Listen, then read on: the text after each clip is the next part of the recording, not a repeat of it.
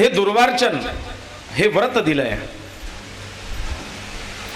या भीमकाला पुत्रही झाला गणेशाच्या कृपेने. त्याचं नाव ठेवलं रुक्मांगद. आता बघा, या रुक्मांगदाची कथा भगवत कृपेने झालाय. पण हा रुक्मांगद युवावस्थेत असताना म्हणजे राजकुमार असताना रानात शिकारीला गेला. आणि शिकारीला गेलेला असताना त्या वनामध्ये एक ऋषींचा आश्रम कुटिया बघितली. त्या कुटेत पाणी पिण्याकरता गेला.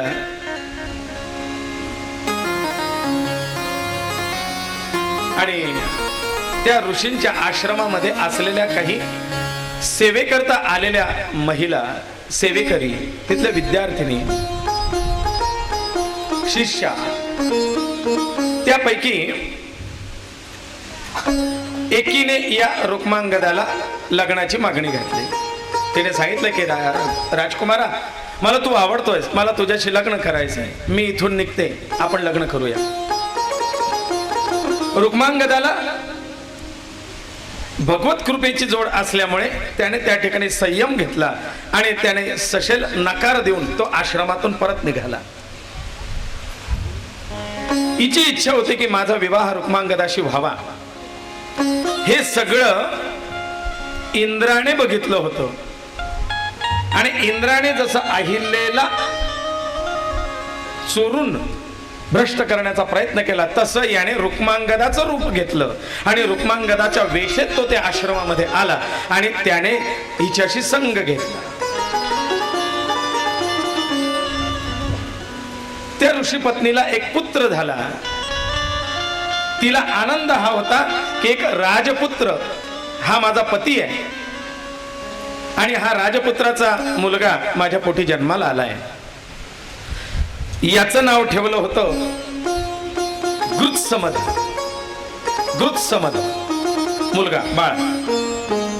हा ऋषीपुत्र असल्यामुळे, त्या आश्रमातच संस्कारात वाढला असल्यामुळे विद्वान होता.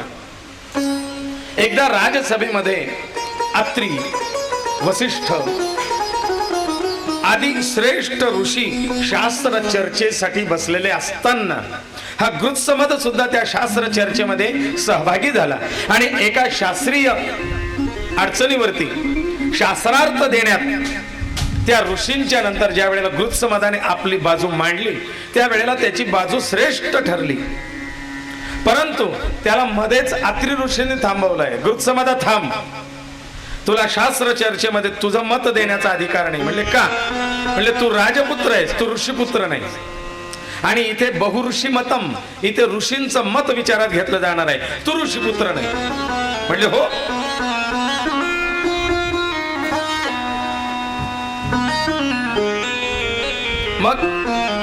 मग मी कोणाचा पुत्र आहे? घरी आला, आपल्या आईला त्याने विचारलंय. म्हणले माते, मी पुत्र कोणाचा?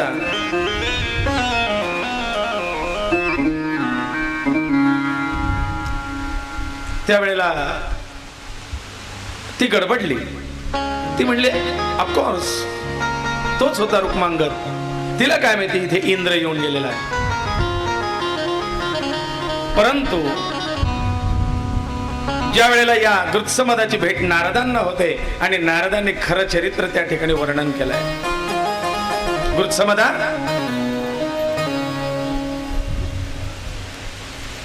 तुला ह्या दुविधेतून काढण्याकरता मी उपाय देतो.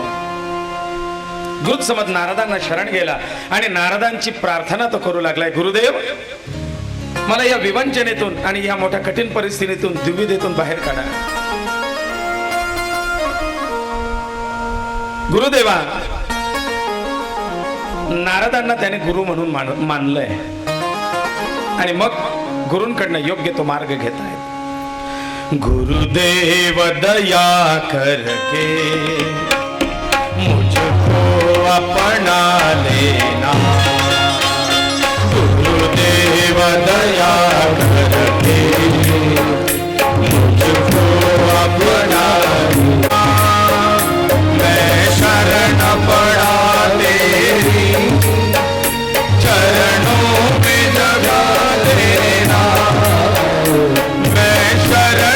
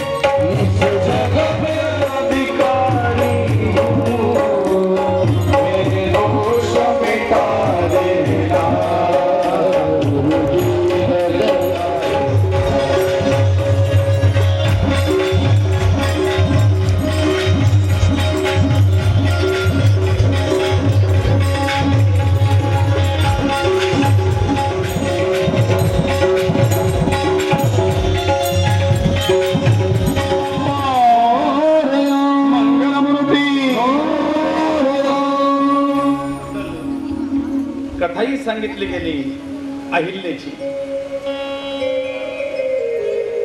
आणि अहिल्याचं पातक रामस्पर्शाने धुतलं गेलं. पण मग त्या अहिल्याला पातक लावणारा इंद्र याचं काय झालं? त्याच्या अंगाला छिद्र पडले, असाच रोगी झाला. ती कथा वित्समदाला सांगतायत नारद, आणि सांगितलं की याच इंद्रदेवाला, म्हणजे इंद्रदेव असेच गुरूंना शरण गेले बृहस्पतींना, आणि मग बृहस्पतींनी इंद्रदेवाला गणेशोपासना. विदर्भामध्ये कळम नावाचं एक स्थान आहे. कळमचा गणपती आहे ना बघा. त्या कळमच्या गणपतीला एक गणेश कुंड म्हणून आहे. त्या गणेश कुंडामध्ये इंद्रदेवाला स्नानाची आज्ञा बृहस्पतीने दिली, आणि त्या गणेश कुंडात स्नान करून त्या गणेशाचं पूजन केल्याने इंद्रदेवाचे ते असलेले छिद्र, या छिद्रांचं रूपांतर आशीर्वादात झालं, आणि इंद्रदेव सहस्राक्ष झाला. म्हणजे त्या छिद्रात एक एक डोळा आला, आणि 1000 डोळ्यांचा इंद्र असं म्हणून इंद्राला पद प्राप्त झालं.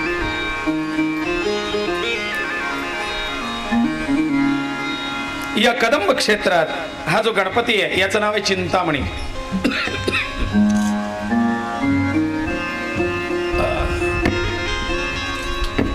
तिथे ते गणेश कुंड आहे, आणि खास त्वचा विकारासाठी त्या गणेश कुंडाची महती आहे.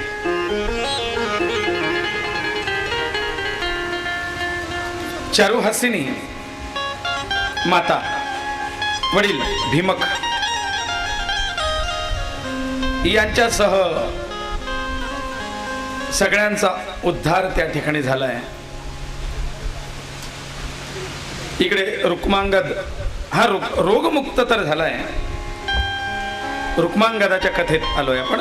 रुक्मांगदातून या गृत्समदाची कथा सांगितली. रुक्मांगद आता रोगमुक्त झाला.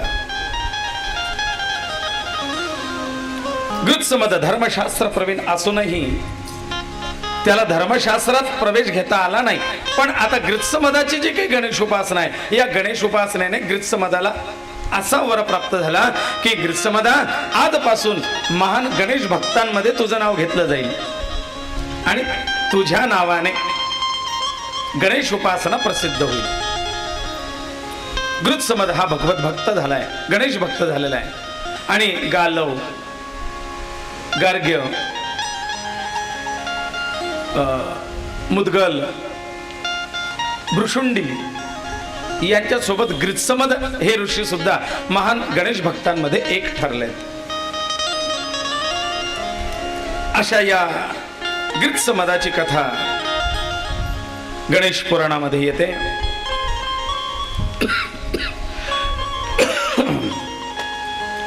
पुढे गृत्समदाला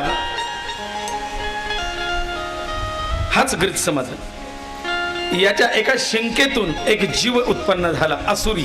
म्हणजे हे जे पाप आहे हे पाप शिंकेतून दूर केलं, आणि ते पाप जसा सोमराजाचा पाप पुरुष बाहेर काढला होता तसा या गृत्समदाचा पाप पुरुष बाहेर काढला, आणि त्याच्यातून जन्माला आला.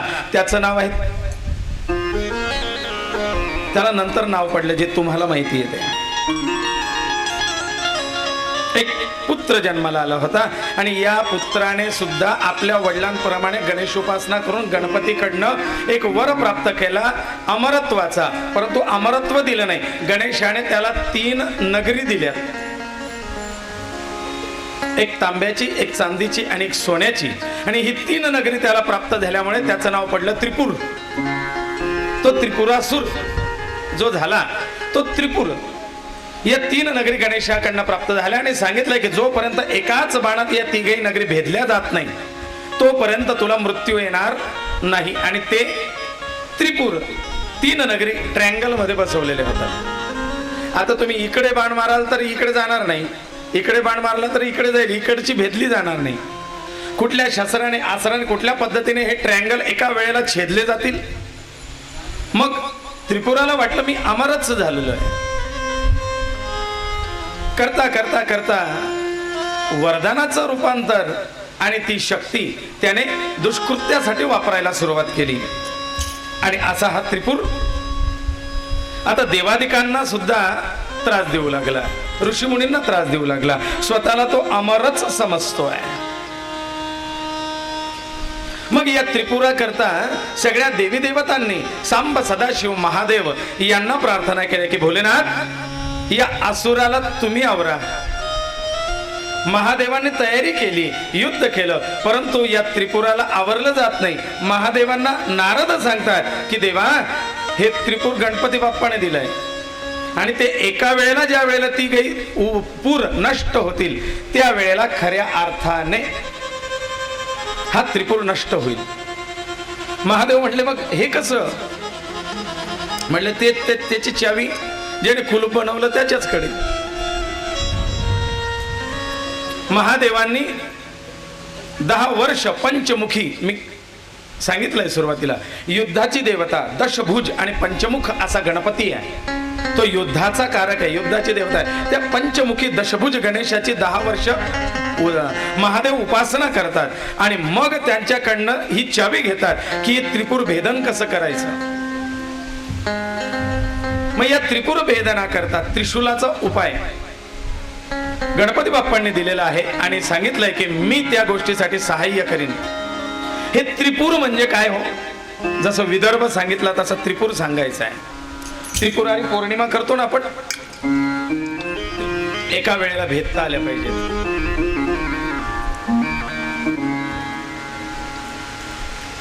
तो त्रिपुर तुम्ही आम्ही आहोत. 3च गंमत मी सुरुवातीला सांगितली, आपण पुन्हा 3 वरती आलोय. आजचा 3रा दिवस आहे म्हणून. मग हे त्रिपुर, एक तांब्याचं, एक चांदीचं आणि एक सोन्याचं असे त्रिपुर आहेत. तांब्याचं सॉरी, लोखंड, चांदी आणि सोनं असे 3 पुर दिले होते. मग ह्या 3 पुरांना भेदणं म्हणजे काय? गणेशाने हे त्रिपुर दिले म्हणजे काय? आध्यात्मिक चिंतनाकडे वळूया. गूढ अर्थ त्याच्यातले. गणेश म्हणजे तो ओंकार, गणेश म्हणजे तो निर्गुण ब्रह्म. आईच्या गर्भामध्ये ज्या वेळेला जीव स्थापित होतो त्यावेळेला तो एक गोळ्याच्या सारखा असतो, गोळा, मांसल गोळा असतो. तो निर्गुण या गणेशाचं ब्रह्माचं स्वरूप. मग हळूहळू तो सगुणतेला येतो आणि सुरुवातीचा 1ल्या, 2ऱ्या, 3ऱ्या महिन्याचा त्याचा आकार पहा, गणपतीच्या सोंडेसारखा असतो. पान घोडा कसा असतो? पान घोडा बघितलाय का? पान घोडा जसा असतो त्याचा खाला शेपटीचा भाग असा गोल असतो, गणपतीच्या सोंडीसारखा. तसा हा जीव सुद्धा आधी असा वरती तो डोक्याचा भाग आणि मग खाली फक्त धड असं. गणपतीच्या मुखाप्रमाणे त्याला आकृती तयार होते. मग जो आईच्या गर्भात स्थापन होतो ना, आईच्या गर्भातून जन्माला येतो, हा पहिला देह, जड देह, शरीर म्हणजे पहिलं पूर लोखंडाचं, याची माती होते. हे पहिला देह, पहिलं पूर. दुसरं पूर, आपल्याला एकूण 3 देह सांगितलेले शास्त्राने. कधी वेळ मिळाला तर गरुड पुराण ऐकू.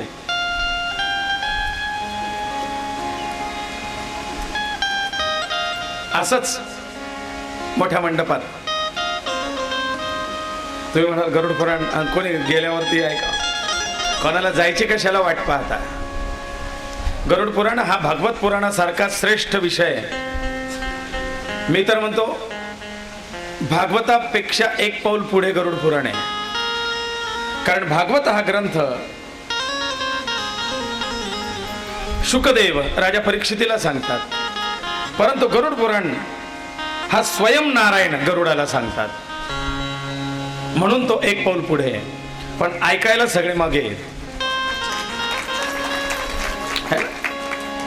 आमच्याच ब्राह्मण समाजामध्ये शोकांकित आहे की ती गरुड पुराणाची पोथी बाहेरच्या खुंटीला टांगलेली असते, दाराच्या बाहेर.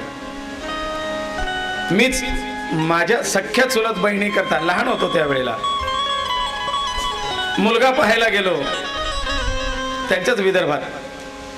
आज विदर्भ 3 याच्याच भोवती फिरतोय आपण. है तर त्या ठिकाणी ती झोळी बाहेर टांगलेली होती. आमच्या दादांनी विचारलं, का हे काय?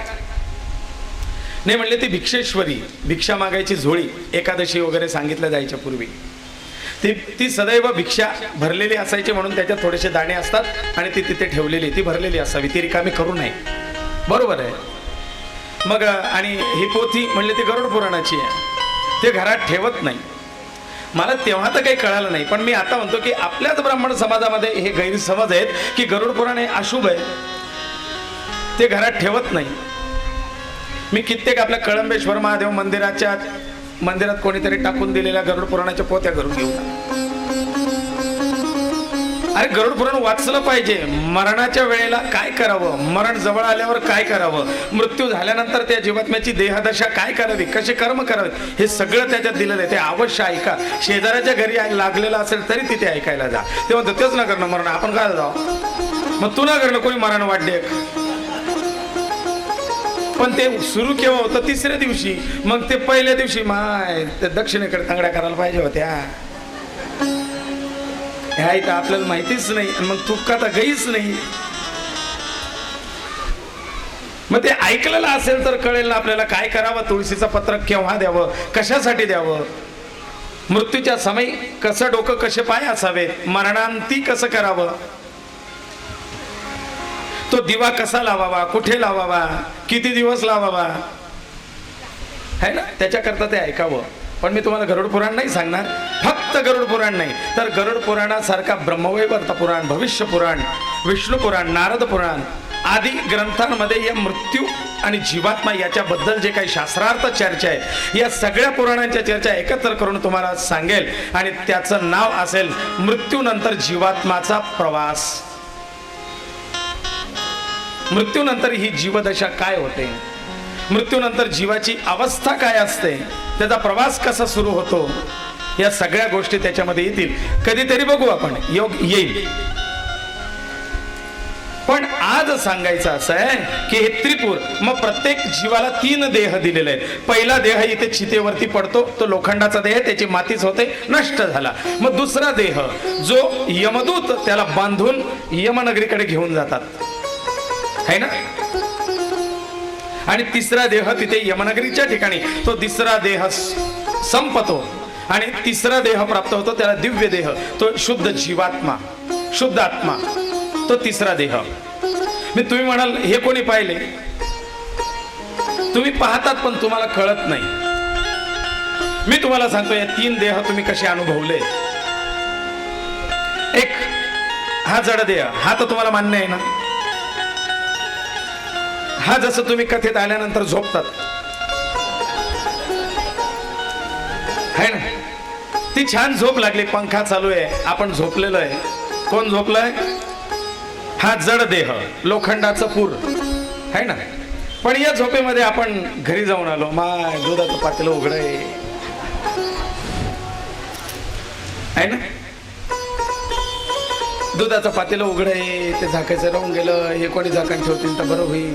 झोपेत स्वप्न चालू आहे ना.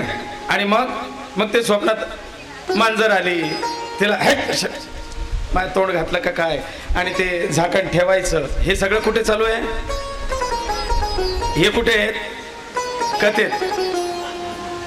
पातेलं कुठे आहे, घरी.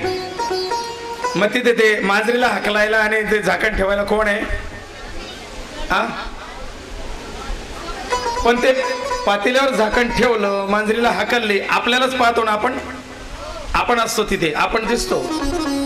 मग ते आपण तिथे घरी असलेल्या आपणाला कोण पाहतं. काही वेळेला आपला ऍक्सिडेंट झालाय, आपण मेलो, हे पण आपण स्वप्नात पाहतो. पण मी मेलेलो आहे, मी पडलेलो आहे आणि माझी सगळी अंत्ययात्रेची तयारी चालू आहे, हे कोण पाहत असतं. तो पाहणारा तिथे मेला, तो आपला दुसरा देह जो स्वप्नात. पण त्या देहाला मेलेलं पाहताना जो पाहतो तो आपला तिसरा देह असतो. कारण हा इथे, याचे डोळे बंद आहे, हा हलत नाही, चालत नाही, डोलत नाही, घोरत असतो. पण तिथे मेला आणि मरून पडलाय, ते मड पडलंय, ते दुसऱ्या देहाचं, आणि त्याला आपण आपल्याला मरताना पाहतोय, म्हणजे तो तिसरा देह आपल्या दुसऱ्या देहाला पाहतो. हे 3 अवस्था आहेत. हे आपले 3 देह, एक जड देह, एक प्राणदेह आणि तिसरा कारण देह पण म्हणतात किंवा सूक्ष्म देह किंवा दिव्य देह म्हणतात. हे 3 देह एका वेळेला भेदले जायला पाहिजेत, त्यावेळेला त्याचा मृत्यू. आणि ही मृत्यूचे त्याला भेदण्याचं काम मृत्यूची देवता शिव म्हणून महादेवांकडे ते डिपार्टमेंट आलं. गणेशाने महादेवांना सांगितलंय की तुम्हाला हे कार्य आता अशा पद्धतीने करायचंय.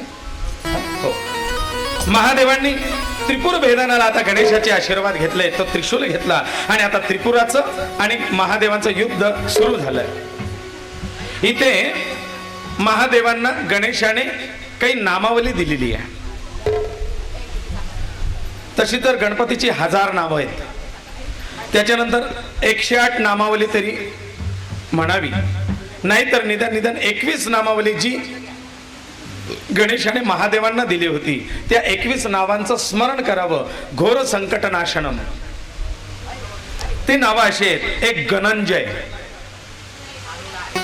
गणपती, हेरंब, धरणीधर, महागणपती, यक्ष, वरद, प्रसादन, अमित, अमोघ सिद्धी, मंत्र, चिंतामणी, विधी, सुमंगल, आशापूर, बीज, वरद, शिव, कश्यपानंद, वाचा सिद्ध आणि धुंडी विनायक. धुंडी विनायक कुठे आहे? काशीला आहे. काशीला धुंडी विनायकाचं स्वतंत्र स्थान आहे, जागृत गणपती आहे. मग अशा या 21 गणपतींचं नामस्मरण केलंय आणि शिव उपास युद्धाला सज्ज झालेत. त्रिपुरासुराचं भेदन करतायत. आणि राजा, या त्रिपुरासुराच्या युद्धामध्ये महादेवांना एकाच वेळी हे 3 पूर भेदन करण्यात यश प्राप्त झालं आणि या त्रिपुरासुराचा वध या ठिकाणी झालाय. नमः पार्वती पतये हर हर महादेव. ओम शिव परात् परात् ओंकारा शिव तव शरणम.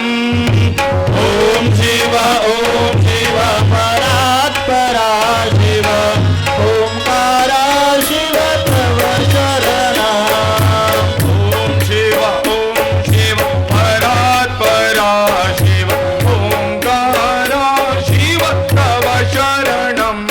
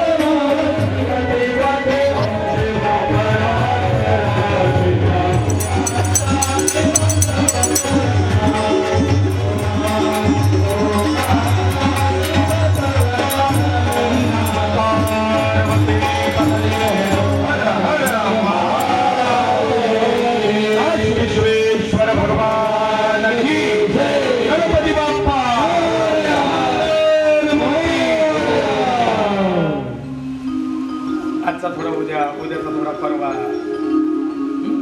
एक आरतीची तयारी करा. तोपर्यंत इकडे कवी महोदयांना आपण संधी देऊया.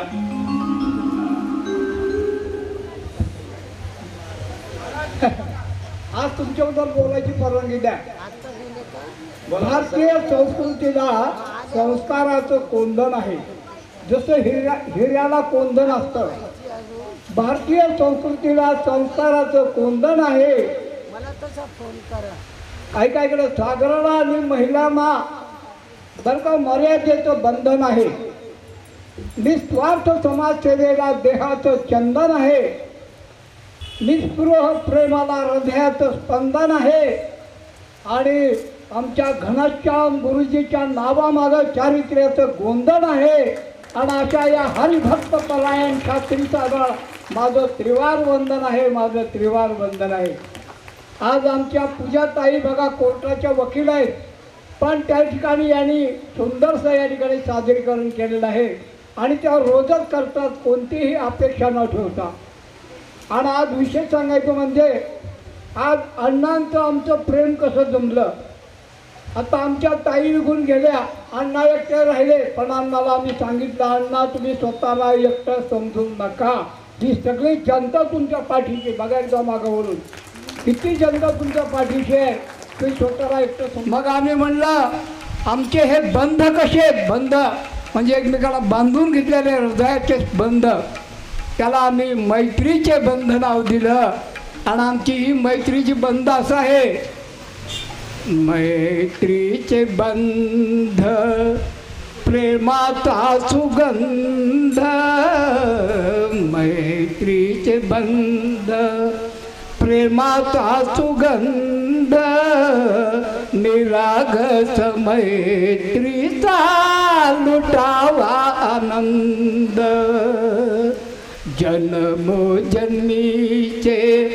जुळावे ऋणानुबंध. जुळावे ऋणानुबंध. आनंद.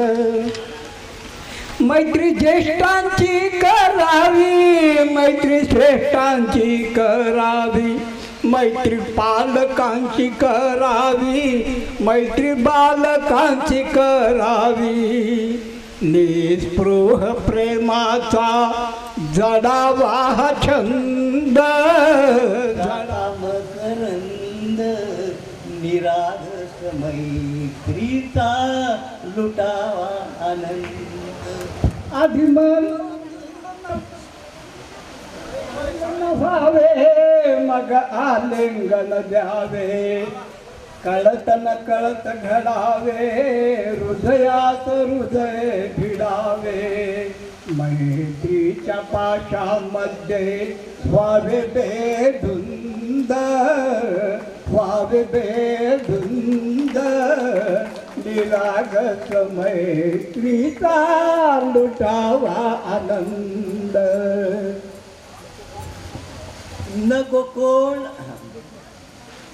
नको कोणाशी बोला, नको कोणाशी वैर. नको जगणे हे स्वैर, नको वागणे ते गैर. नको कोणाची बोला, नको कोणाची वैर. नको जगणे हे स्वैर, नको वागणे ते गैर. मैत्रीच्या धाग्याचा जपा अनुबंध. जपा अनुबंध. निरागस मैत्रीचा लुटावा आनंद. नको प्रेमाचा गाजा वाजा, नको फुकटचा बँड बाजा, मैत्रीच्या दुनियेचा मी होणार महाराजा. समर्पित जीवन जगावे स्वच्छ निरागस मैत्रीचा लुटावा आनंद. असाच आपल्याला आनंद अजून 22 तारखेपासून लुटायचा आहे आणि येतो एक झाकी आहे. धन्यवाद.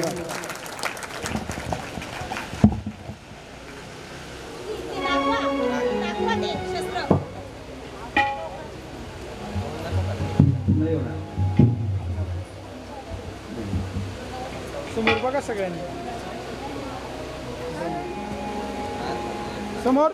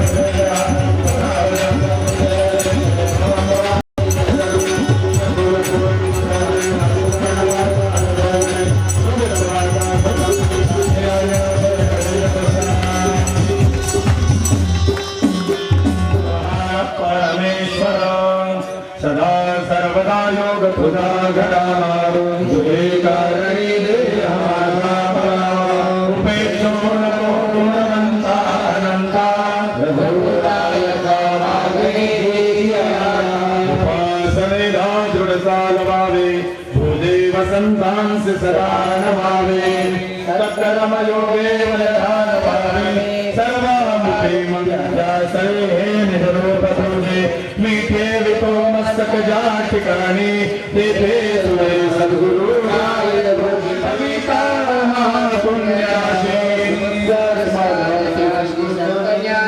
रामाच्या करता आस जगते रामाने धाडी यले ऐसे जान में राम भक्ति करता ऐश्वर्य रे आरवे आता धर्मया तुझ्या बोलतया नम्रते असे इच्छा हो तसे मानसे कसे आदि हतो असे गोपाल कृष्ण भगवान की जय सर्वे सुगण संतो सर्वे सर्वे